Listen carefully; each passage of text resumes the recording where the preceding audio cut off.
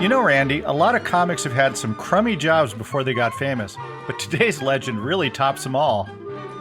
And how, Steve? Today's legend was a grocery store clerk, a janitor, a florist deliverer, and an ice cream scooper.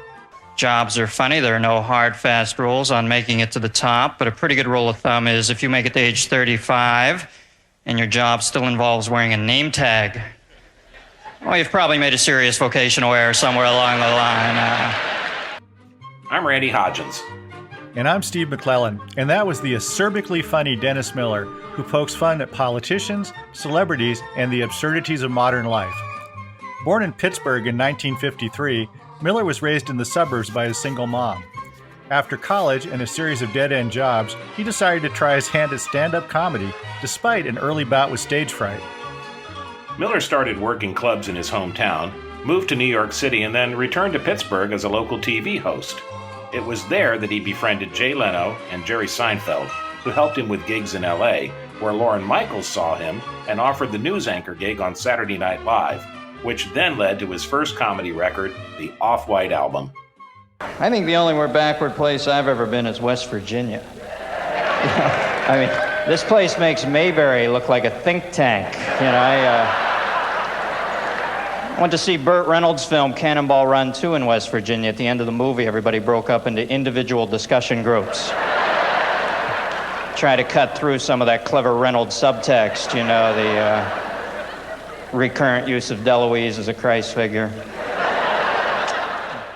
After SNL, Miller had great success with Dennis Miller Live, which ran on HBO from 1994 to 2002. The half-hour show featured one guest and a call-in segment. The best part, though, were Miller's rants, which opened the program and which also became a series of successful audiobooks. Here's a clip from the show, which won 5 Emmy Awards over 9 years. Now, I don't want to get off on a rant here, but common sense in this country isn't just dead, it's been cremated, and Woody Harrelson is smoking his ashes in his Lucky Skull bong, all right?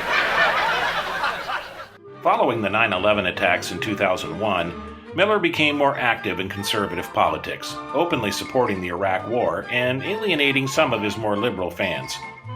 In the early 2000s, he hosted a CNBC show called Dennis Miller that was pro-George W. Bush and later a radio show on Westwood One. He also continued to do stand-up gigs, like this appearance in 2020. One good thing about Twitter I like is in the past, I always used to have to hope and pray that I was upsetting people who hated my guts. And now I get to delight in the fact that somewhere along the line, they actually have to hit a computer key and become my follower.